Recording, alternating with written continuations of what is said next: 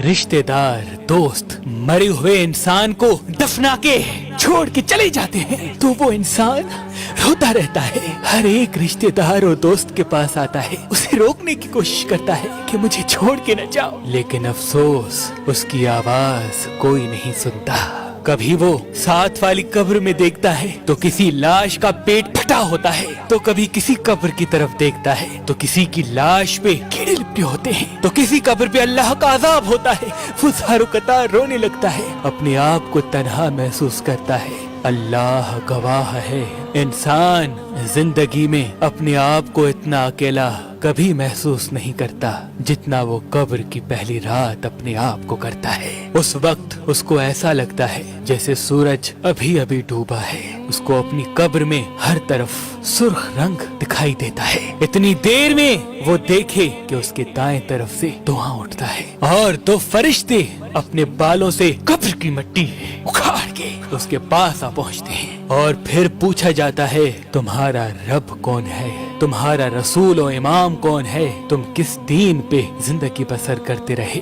اگر مرا ہوا انسان سچے دل سے اپنی زندگی میں اللہ کو تسلیم کرتا تھا, اللہ کے دین پہ چلتا تھا, تو بے ساختہ وہ حق کہنے لگتا ہے, اور پھر فرشتے اس کے لیے اللہ کے حکم سے کہتے ہیں انتظار کر, جلد تمہارے اعمال تمہارے پروردگار عالم کے پاس پیش کیے جائیں گے اس دن جس دن کا تمہیں بتایا گیا تھا. لیکن اگر اس انسان کے اعمال بد ہوتے ہیں اور وہ اللہ اس کے دین پہ ایمان نہیں رکھتا تو اس وقت وہ گھبرانے لگتا ہے, اور فرشتے غضبناک ہو کے کہتے ہیں کہ افسوس ہے تمہاری زندگی میں تمہیں بار بار بتایا گیا تھا کہ جس طرح سے تم سے پہلے انسان مر چکے ہیں تم پہ بھی یہ وقت آئے گا, لیکن افسوس تم نے ان باتوں کو مذاق سمجھا. اور یہ کہا جاتا ہے کہ تمہارے اعمال جلد تمہارے پروردگار عالم کی دربار میں پیش کیے جائیں گے. اس وقت اللہ انسان کے اعمال کو زبان بخشتا ہے, اور جو انسان کے اعمال ہوتے ہیں اس کو صورت بخشتا ہے. اگر انسان کے اعمال نیک ہوتے ہیں تو وہ نیک اعمال ایک خوبصورت شکل میں انسان کی رہنمائی کرتے ہیں. اگر انسان کے اعمال بد ہوتے ہیں تو ایک بدصورت شکل میں اسی انسان پہ لعنت بھیجتے ہیں. ابھی وہ فرشتے جاتے ہی ہیں تو دروازہ تبیر کھلتا ہے, تو وہ کہنے لگا یا علی دروازہ تبیر کیا ہے؟ امام علی علیہ السلام نے فرمایا دروازہ تبیر عالم ملکوت اور عالم برزخ کے بیچ میں ہے. جیسے ہی دروازہ تبیر کھلتا ہے تو اس سے عذاب کے فرشتے آتے ہیں, مرے ہوئے انسان کے پیروں کی طرف, ہاتھوں کی طرف, آنکھوں کی طرف, جسم کی طرف. اگر انسان کے اعمال نیک ہوتے ہیں تو وہ نیک اعمال بولتے ہیں کہ اے فرشتوں اس قدموں کو نہ چھونا, کیونکہ یہی قدم ہوتے تھے جو اللہ کے لیے چلتے تھے, اللہ کی مخلوق کی بھلائی کرنے کے لیے چلتے تھے, نماز کے لیے جاتے تھے, حج کے لیے جاتے تھے.